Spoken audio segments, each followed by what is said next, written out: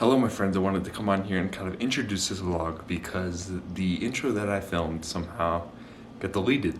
I think Izzy did it, but I thought I'd come on here and just give you kind of a brief overview of what I will be reading in this vlog. So both of my loans from my local library for The House on the Cerulean Sea and Under the Whispering Door kind of came at the same time, so I thought it would be just perfect to kind of binge read both these books kind of back to back. So within this vlog you'll hear my thoughts kind of on both of these books, as well as kind of a little bit of kind of a nonfiction that I picked up, but that's kind of mostly in the background. You'll hear just basically my praises for both of these books. But that is going to be all from me. I really hope you enjoy this video, and I'd love to hear what you think about both of these books if you pick them up. This is the first kind of update for this reading vlog, and both my loans for Under the Whispering Door and The House on the Cerulean Sea kind of arrived at the same time for my library, and it was just perfect timing. So I decided to start with The House on the Cerulean Sea because I think that is the favorite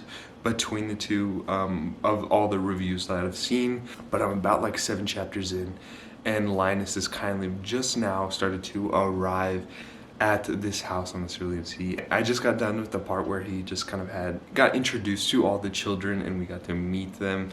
And just like at the beginning, like I was trying to pick out like which of these kids are gonna be like my favorite. But like, I just love them all. Like they're all just like, even just this, like not very far into kind of the story, like I'm already feeling connected to them and just learning more about them. Like Theodore, little Weavern, and then just like Chauncey and him kind of wanting to be a bellhop, and Lucy's hilarious. They're all like so unique, and like I can't wait to get farther into the book and seeing how they kind of progress as how Linus kind of learns more and how they kind of change him. Because Linus is kind of, he's not so much, I guess he could be considered like depressed because he just kind of goes to work and he does the same thing every day. Like he works hard and he doesn't take any free time or time for himself. So going to this house, this orphanage for these kind of troubled youth, and learning more about them is kind of changing him as well. Because he's been given this assignment by extreme upper management to go to this orphanage and make sure that these kind of troubled children are not endangering themselves, but as well as humanity, because they're like the most dangerous kind of children, magical youth, that this company, the Department of Magical Youth, kind of oversees. And Linus, since he's kind of got like this perfect record, is sent there, and he's got to kind of make some decisions as to whether these children can kind of stay at this orphanage under this Arthur, who is kind of like the headmaster, or whether they're kind of split. So like it's just been like the humor and stuff, the kind of banter between the children, as well as kind of Linus in the beginning with his boss. It's just like a perfect time. It's just been like a blast this far. Like I think I'm not even 100 pages in, but I just am really enjoying it, and I can't wait to just get farther into it today. Today's Saturday, so I unfortunately got to go sell my kidney to get a tank of gas and some groceries. So this is what I'll be doing today. I'll also be working on my novel, but I'll just be getting a ton farther into this book that I've just been kind of flying by. I started this yesterday, and I've just been enjoying every second that I spend with it. So I've been continuing to make my way through The House in the Cerulean Sea, and it's just been a blast of a ride. Like I feel like each new page I turn, like I am either on the verge of kind of tears at like the heartwarming bonds that kind of Linus is making with these children, or I'm just laughing out loud from what Lucy and Chauncey and all of them different say. They're all like, all the children are so unique, and I feel like I'm getting to know them as well as Linus. But it's just like so lighthearted, and it's just like an easy read to just completely fly through. Like everything about like the vibes, the humor, the Linus as a character, as well as like each of the different children as a character, learning more about them, especially Sal towards the end of this book. Like you really feel for him and how Linus is starting to help him with kind of like his anxiety and his kind of stress and just being shy, and how these children are kind of starting to rub off on Linus and change him as well. I just got to the part where they got to the village, and all the kids are going around. Lucy, he's just the best. Like, I just love everything he does, and like him having like the discussion with kind of the records owner, that was so hilarious. I love that. And then Chauncey, like, he's just so innocent. Like, I could keep going on about this book forever, but I actually think I might be able to finish it today. I'm about like 73%, if like that's what my ebook said. So after that, I'll just pick up Under the Whispering Door, because like I'm just on this kick, and since my library loans just arrived at the same time, like it is just destiny for me to read both of these. But it's just been so great. I actually forgot to mention in my last update, but I've been listening to kind of like a non-fiction. It's called The Gates of Europe, and it's just discussing kind of like the whole history of Ukraine and how it was founded, and what like its history, how it kind of led up to the reasons that there's still a divide between Ukraine and Russia. So it's just been like a lot talked about. I think I'm about halfway through, and it's covered all the way from the Scythians, which I really enjoyed. Those were like probably one of my favorites kind of ancient civilizations. They're like this horse civilization that kind of just ruled a lot of Europe, dominated and stuff like this. So learning about them, and then kind of the Vikings, and then the Cossack revolts and all that. So it's just been really interesting, and it's very thorough with a lot of things. And I was starting to get up into the kind of 19th century with the coming arrival of the revolutions, more revolutions, and kind of just leading more into kind of the divides. And so I'll be continuing on with that. But today is Monday, so I gotta get back to school, unfortunately, and I got some assignments to finish up, but I'm also going to work on my novel this morning.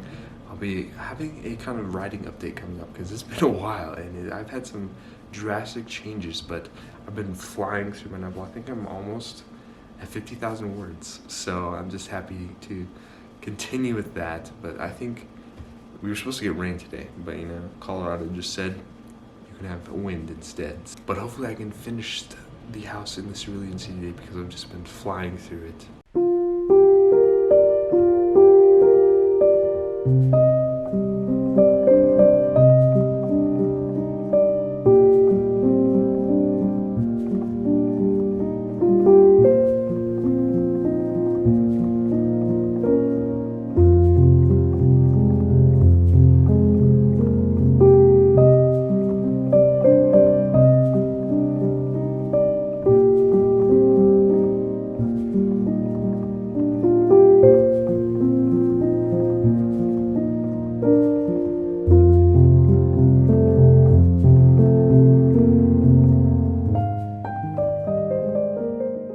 I just finished up the house in the Cerulean Sea, and I think it just ended perfectly. I almost want more of it, but I think if TJ Klune kind of went back to this kind of world and kind of continued on with Linus and Arthur's story, I don't know if it would be the same. And I just feel like the way that he kind of wrapped it up was just the best that it could be, and the way it kind of hinted at more in the future. I just loved it. I loved the way it all kind of came together in the end. How all the children kind of were there for Linus as he's kind of going through this kind of change of his life, where he has kind of just been going through the routine, dedicating his life to just his work and the Department of Magical Youth, and how he's just kind of been wasting his way of life, and how the children kind of helped him bring him back from and kind of realize the things. I thought it had so many different kind of messages within it. Like, I love the kind of topic about you're not kind of born with kind of hatred or prejudice, and it's just kind of how you raised it. But how TJ Klune kind of included that while still making the story so intriguing. It's just the best. Like, it got 5 stars, so there was no doubt in my mind that it didn't deserve that.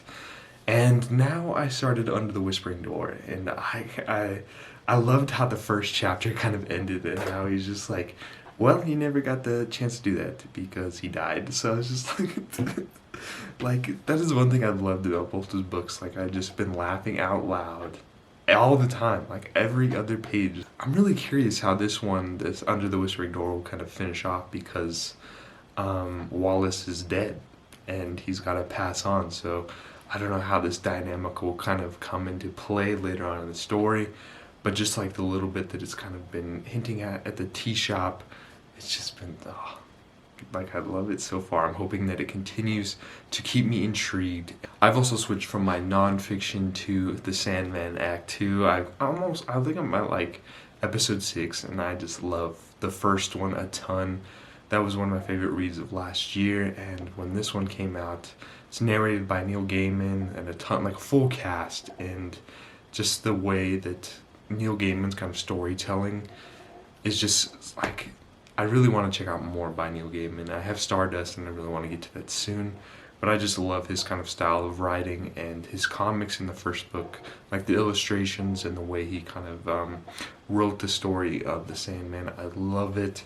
It includes like different myths and lore, urban legends, into just mythology, religion, and all that into this kind of graphic novel of Dream and the Lord Morpheus. And I just love, I think he's becoming one of my favorite kind of superheroes, I guess you can consider that him. But as far as today goes, I gotta finish up some more projects for school, work on my novel, and then I'll just continue to read Under the Whispering Doors. But I'm really hoping that it is just as good as The House in the Cerulean Sea. Hello, so it has been a couple days, but I've been continuing to make my way through Under the Whispering Door by TJ Klune. And I do enjoy it, but I feel like I really liked The House in the Cerulean Sea a little bit more. I love all the things it's kind of discussing, kind of the topics of death and what it really means to be alive. And if you were to die tomorrow, like, and you got the chance to kind of look back on your life, kind of how Wallace is, like, would you be kind of happy with the way you live? So I just love all the topics that it's kind of discussing, as well as kind of like all the interactions with Wallace and Hugo, like as they kind of go out into the porch and kind of just talk about just life and death and loss. And there's just a lot of topics discussed throughout as more kind of people come to this tea shop and interact with just Hugo and May and just everyone around there, and just learning more from Nelson as well as Apollo. Like, they're all like, I do enjoy kind of all the characters that I've kind of encountered within Under the Whispering Door. And the one thing that I was kind of didn't like in the beginning was kind of Wallace, and just seeing his kind of character arc and growth through this book was really like well done, because in the beginning I didn't really like him, and now as he's starting to change and kind of he's very kind of egotistic. Like in the beginning, like since he's kind of like a lawyer and he's just his whole life he's had to kind of work and put people below him, and now he's kind of starting to realize that that's just not the way to go. And seeing his change and kind of arc towards the end of this kind of this novel, I've just really enjoyed. And another thing that kind of disappointed me was, like, I feel like other than kind of like those topics that I was kind of mentioned earlier that was kind of discussed, it was almost kind of like a little bit boring, because like it just didn't feel like the plot was moving anywhere. I didn't know kind of where this was going to end. But here towards the end, it's kind of introduced something and added in another thing to play. And I'm very curious to see how this kind of will end up, because of the situation that Wallace is kind of put in, and as well as kind of Hugo and everyone else at the tea shop. So we'll see how it kind of ends. I think I'm about 80%, so I might be able to finish it today. As far as kind of like my nonfiction, I've been continuing to listen to The Gates of Europe, and just kind of now been diving in towards the kind of the 20th century with kind of Stalin and Lenin, the rise of kind of communism and nationalism, and kind of the different powers within Europe kind of fighting over Ukraine, because Ukraine is kind of like, it is mentioned several times throughout the book that it is kind of the breadbasket of Europe, and it provides a lot of grain, and there's just a lot kind of materials and resources within Ukraine that a lot of kind of countries and foreign powers were kind of fighting over. So you had like Poland at the time, and kind of the USSR kind of all fighting over Ukraine. And there's just been like a constant divide that I've kind of noticed throughout this whole novel. It's just a lot of kind of different foreign powers kind of fighting over Ukraine, and the Ukrainian people kind of having to fight for who they are and just getting their independence from just the world around them. So that has been really interesting as well, and I'm going to continue to listen to that today. But that is kind of the reading update, and I got to get busy with a lot of school stuff because finals is coming up, and all my professors, they just kind of dropped everything on me these last couple days. So out of nowhere, so now I got to get it all done.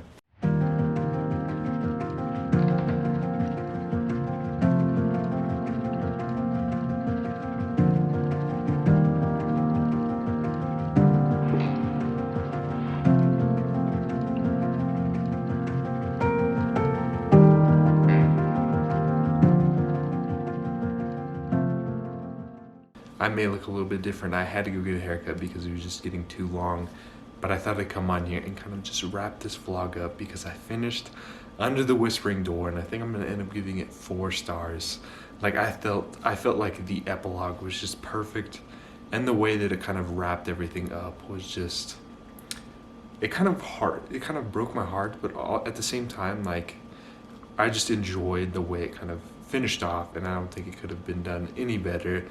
The whole book, or not, like the middle chunk of the book, I was a bit worried because it kind of seemed to slow down, and didn't seem like there was much going on. But then I think I mentioned in my last clip, but there was something that kind of instigated like a whole bunch of other stuff to occur, and after that it really started to get like exciting as kind of Wallace is trying to kind of redeem himself in sorts, but he's not, like, he's just a changed person, and just seeing how his kind of growth throughout the book, I just love kind of that arc, and just seeing how it all kind of wrapped up in the end with him and just the whole gang. I thought it was so cool. I did enjoy The House in the Cerulean Sea kind of a ton more, because I just don't think you can top that in my opinion. I feel like that was just one of the best books I've read this year, and I don't have a doubt that it'll make it into my top 10 this year. I also finished The Gates of Europe, which is kind of like a history of Ukraine. I don't think I mentioned that earlier, but it kind of finished up